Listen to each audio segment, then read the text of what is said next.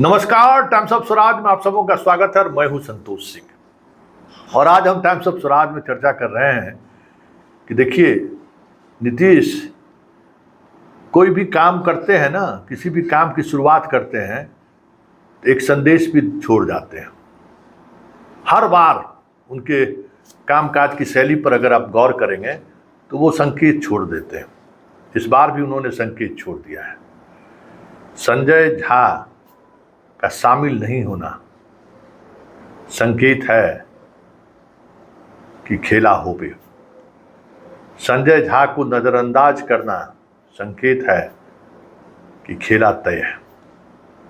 याद करिए, जब महागठबंधन से रिश्ता तोड़ना था तो सबसे पहले नीतीश कुमार ने क्या किया?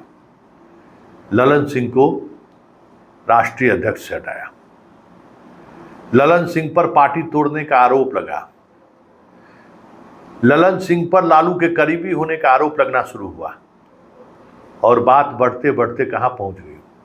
अंततः गठबंधन टूट गया और फिर खबरें आनी शुरू हो गई कि गठबंधन टूट गया। गठबंधन तोड़ने का किंग पिंग संजय झा है। बीजेपी नेताओं से संजय झा ने बात की। बिहार में मंत्रिमंडल का गठन कैसे होगा, ये सब कुछ संजय झा तय कर रहे हैं। और संजय झा की राजनीतिक कद अचानक बढ़ गई और बढ़ते बढ़ते वो राज्यसभा के सदस्य हो गए। और लोकसभा चुनाव के परिणाम के बाद तो लगने ही लगा, पूरे प्रचार अभियान के दौरान नीतीश के साथ साए की तरह संजय झा साथ रहे। मतलब दिखता रहा कि नंबर 2 कौन है जदयू में या नीतीश के आसपास, तो वो संजय झा है। लेकिन आज जिस तरीके की खबरें दिल्ली से आ रही हैं, अभी थोड़ी देर पहले नीतीश पार्टी दफ्तर गए थे, वहाँ साथ संजय झा नहीं थे। आज सुबह से संजय झा, जो हमेशा नीतीश के साथ रहते थे, खबर आ रही है कि कल से ही नीतीश से उनकी दूरियां बढ़ती हुई दिखने लगी है।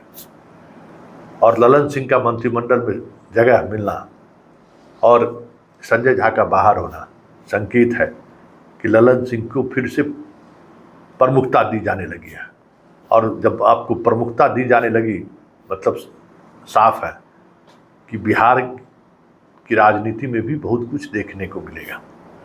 संजय झा वाकई में, अगर संजय झा को इस तरीके से नज़रअंदाज करने की प्रक्रिया की शुरुआत मुख्यमंत्री ने कर दिया है, तो बिहार में भी कई ऐसे नेता हैं जो जाएंगे, खेला होगा।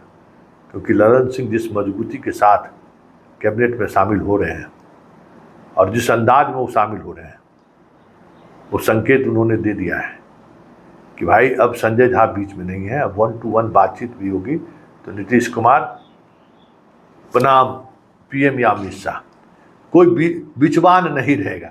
अक्सर हालांकि शादी विवाह में भी देखते हैं ना कि जैसे ही शादी संपन्न होता है, सबसे ज़्यादा गाली लड़का वाला से भी या लड़की वाला से बिचवान में सुनता है। जो शादी ठीक कराता है उसका गाली सुनना तय है, क्योंकि कुछ भी 19-20 होगा, दोनों तरफ से आरोपित उन्हीं को, बिचवान को ही बनाया जाता है कि यार सब खेला इसी का है। तो संजय झा के साथ भी लगता है कुछ ऐसा ही हुआ है। देखिए आगे आगे होता है क्या, लेकिन इतना तय है कि ललन सिंह और रामनाथ ठाकुर के मंत्रिमंडल में शामिल होने का मतलब है कि नीतीश ने आज फिर एक लकीर खींच दी है। और वो लकीर इंडिया गठबंधन को लेकर है, क्योंकि इंडिया गठबंधन के काफ़ी करीबी रहे ललन सिंह इस दौरान, और मोदी और शाह को लेकर वो कभी सहज नहीं रहे। क्योंकि जो एग्रेशन और जो अंदाज ललन सिंह का है, वो अंदाज बदलने वाला नहीं है।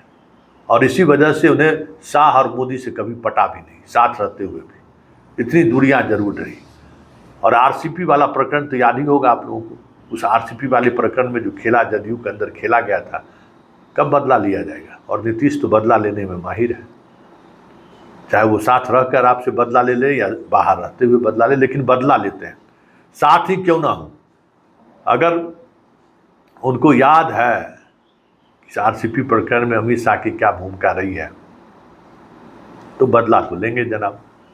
तो ये जो ललन सिंह की वापसी और ललन सिंह के जो कैबिनेट मिनिस्टर बनाने का जो कवायद रहा और जिस तरीके से बातें आ रही हैं, तो समझिए कि आज नीतीश ने सूत्रपात कर दिया है कि हम गठबंधन से बाहर आपके साथ हैं, लेकिन गठबंधन से बाहर जाने का रास्ता मेरा आज से ही खुल गया है।